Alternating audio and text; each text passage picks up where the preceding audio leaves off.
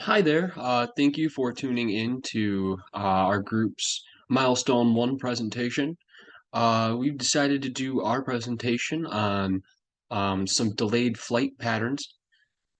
Our group here, as we have dubbed the flight crew, is Group 2. As you can see, here's a little outline of some of the work that we've put in here.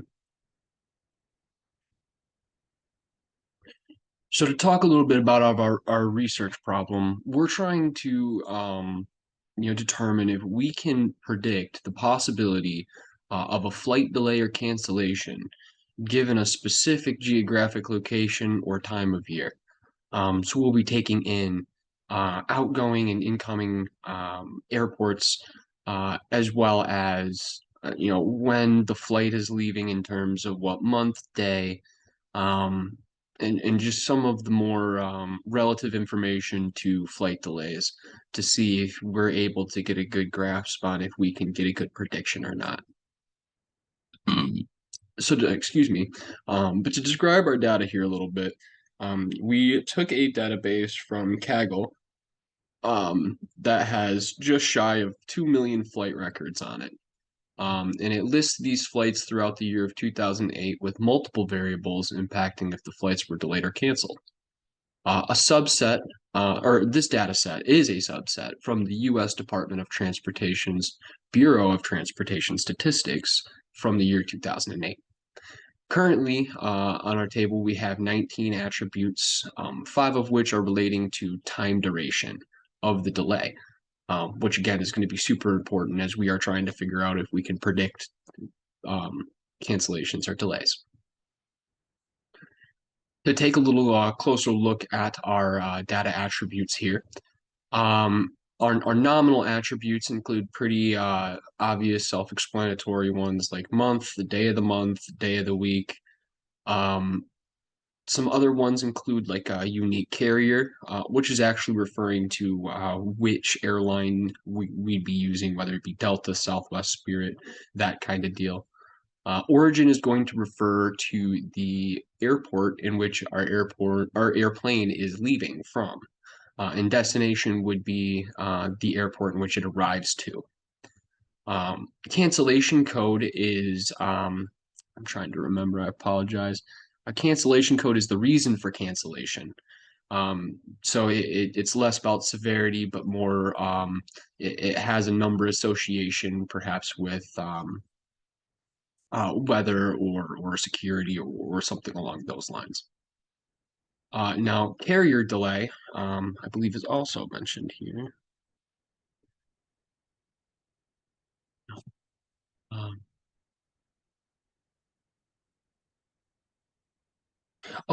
Carrier delay refers to um, like things that happen while we're trying to board the plane or the taxiing or something along those lines that happens with the airplane. Perhaps it takes a little longer to fuel, or we have to take the extra time to spray the non-frost on the plane before it departs. Um, a weather delay is pretty self-explanatory in this case. NAS is an interesting one. So NAS actually stands for National Airspace System. So that's going to be more like our real-time system that tells us what the delays are. So perhaps our control tower is having some issues and we need to pause, sending flights out on and to perhaps reset the system, or there's a little bit of a um, an issue on the runway where the control tower has to cause some kind of delay, that's where that would fit in.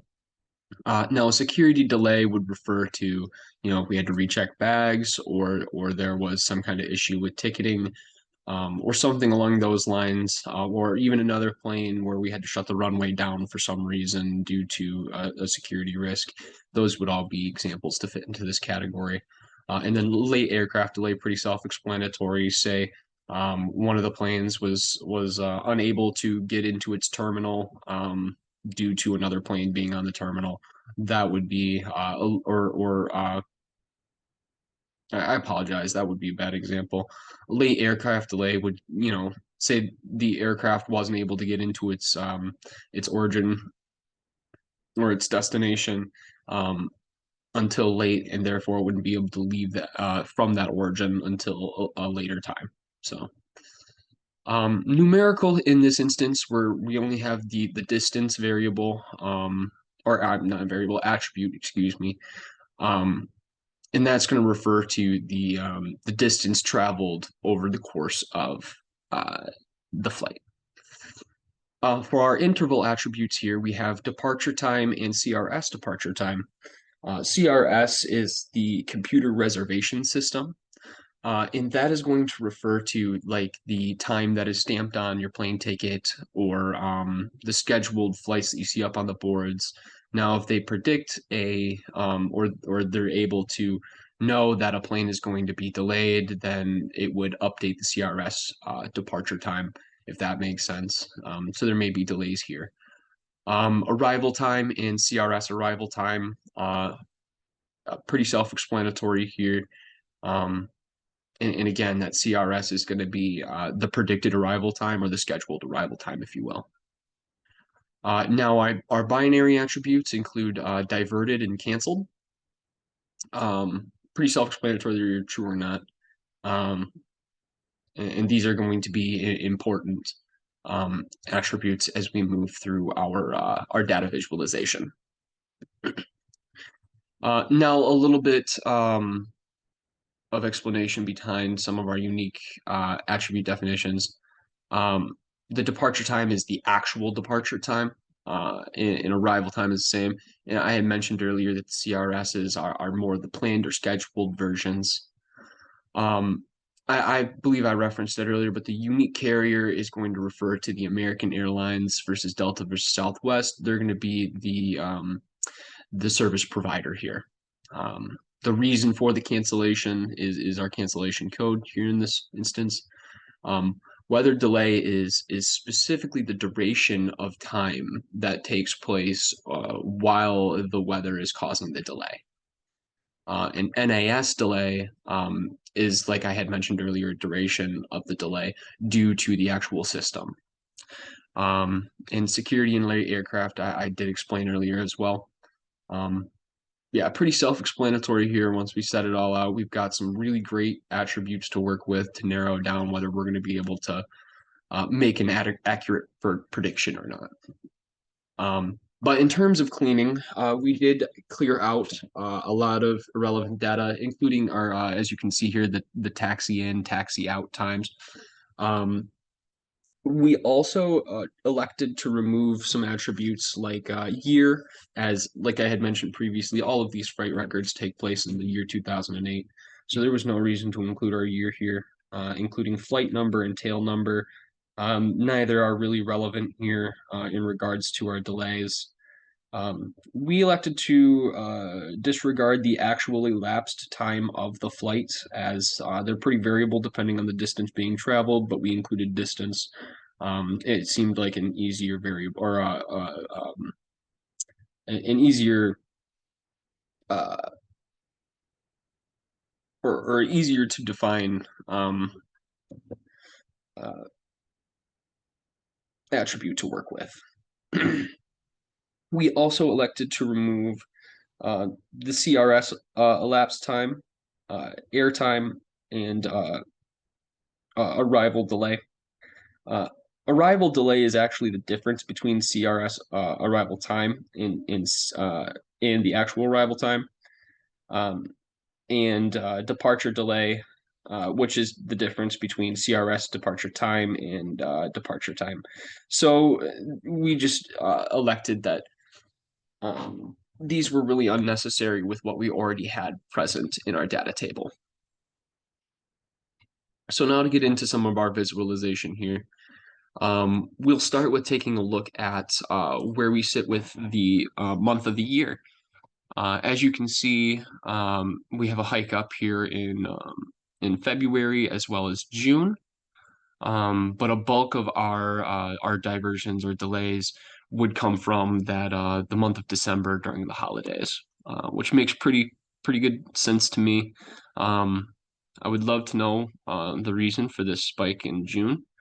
Um, but But yeah, pretty interesting data so far. Um, this is a cancellation based on the day of the week, which I found to be pretty well dispersed and interesting. No real outliers here, pretty well distributed amongst the days of the week. Diversions for the day of the week, we see a very similar instance here where it's pretty well diversified. Um, no real outliers or outward patterns. Now we can see here that cancellations based on the carrier. So again, these are our different airline service providers here. As we can tell, we have some clear outliers, including this MQ and double O. They clearly stand above the rest, with a relatively more well distributed if we disregard these outliers. But it's clear to see that our cancellations are mainly going to come from our MQ and double O airline service providers. Diversions, however, we can clearly see that WN takes the trophy for that, with a secondary or a second place here at double A, which I'm assuming is American Airlines, but I'm not really sure what the rest of these are. But interesting to see how we have a pretty well distributed data set with two clear front runners. I wouldn't be wanting to take WN Airlines, whatever that airline service is. And now we'll take a look at which origin airports, so what airports we will be departing from, are going to be the most likely to be canceled. As we can see, ORD is that front runner at just about double of actually second place here at IAH. And then we can see here that it drops into a pretty more evenly distributed set here. But again, this is just the top 10 airports listed here, found to be relevant. Now we'll look at the same thing, but for diversions or delays. And again, we have ORD out there as our front runner. But as you can see here, this is a little bit more well dispersed. Not so much as an almost double gap for between first and second place, but a little bit more well distributed. Again, wouldn't want to be leaving out of ORD's airport. You're going to run into your most delays and cancellations there. Now we will take a look at cancellation based on the destination airport. So instead of where we're leaving from, where we're heading into, again, you can see that majority of our flights here are going to get canceled if they're heading to that ORD airport. I would want to avoid that airport at all costs based on these statistics here. With a well over double jump down into the second place here at ATL, which I'm assuming is Atlanta. But yeah, other than that, it seems pretty well distributed. Again, that ORD is our front runner here for cancellations. And we'll see again a front runner for our diversions. And this time, the diversions do not let up like they did for our airlines. Here for this airport in particular, we have a clear front runner with well over double the amount of diversions than the second runner here at again ATL. But here we can also see that it after ORD drops into a much more well distributed data or bar or histogram here. Now here is an actual visual aid that was provided with the Kaggle information that we used.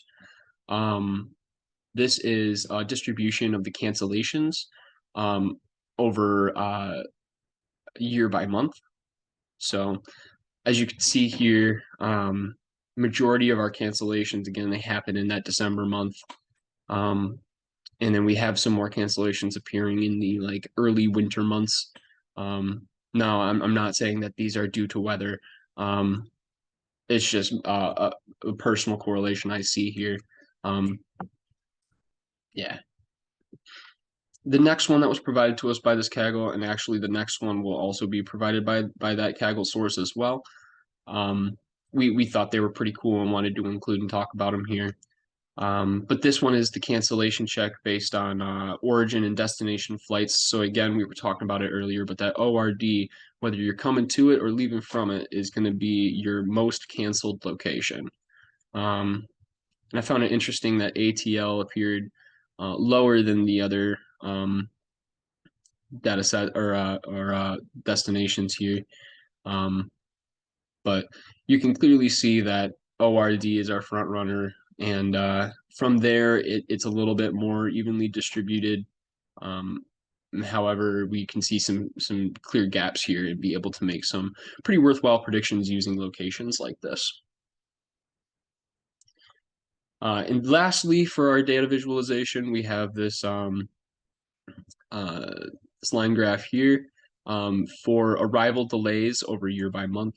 So as you can see, the delays pick up here in February just slightly, and they kind of bottom out, or not bottom out, but decrease in quantity through those spring months, hike up here in the summer, and then slowly make their way down to almost no delays in the fall months before hiking up to its maximum, or not maximum, but more on average delays through the holidays and winter months, which is a correlation that could be predicted.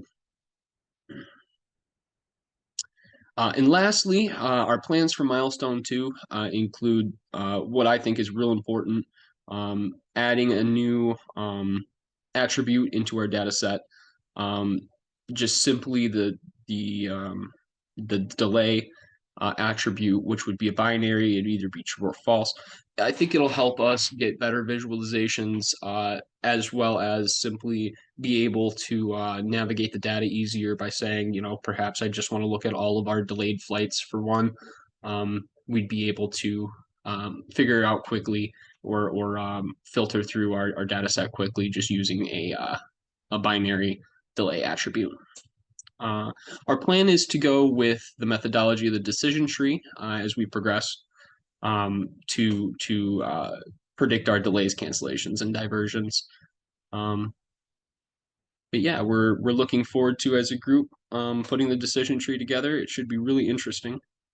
Um, but yeah, and here is the citations, the information for our data set through that Kaggle, as well as you can find those three last visualizations that I showed. Those will be present here as well. Well, thank you so much for tuning in. I hope you were able to find it educational and enjoyable. Again, thank you for listening.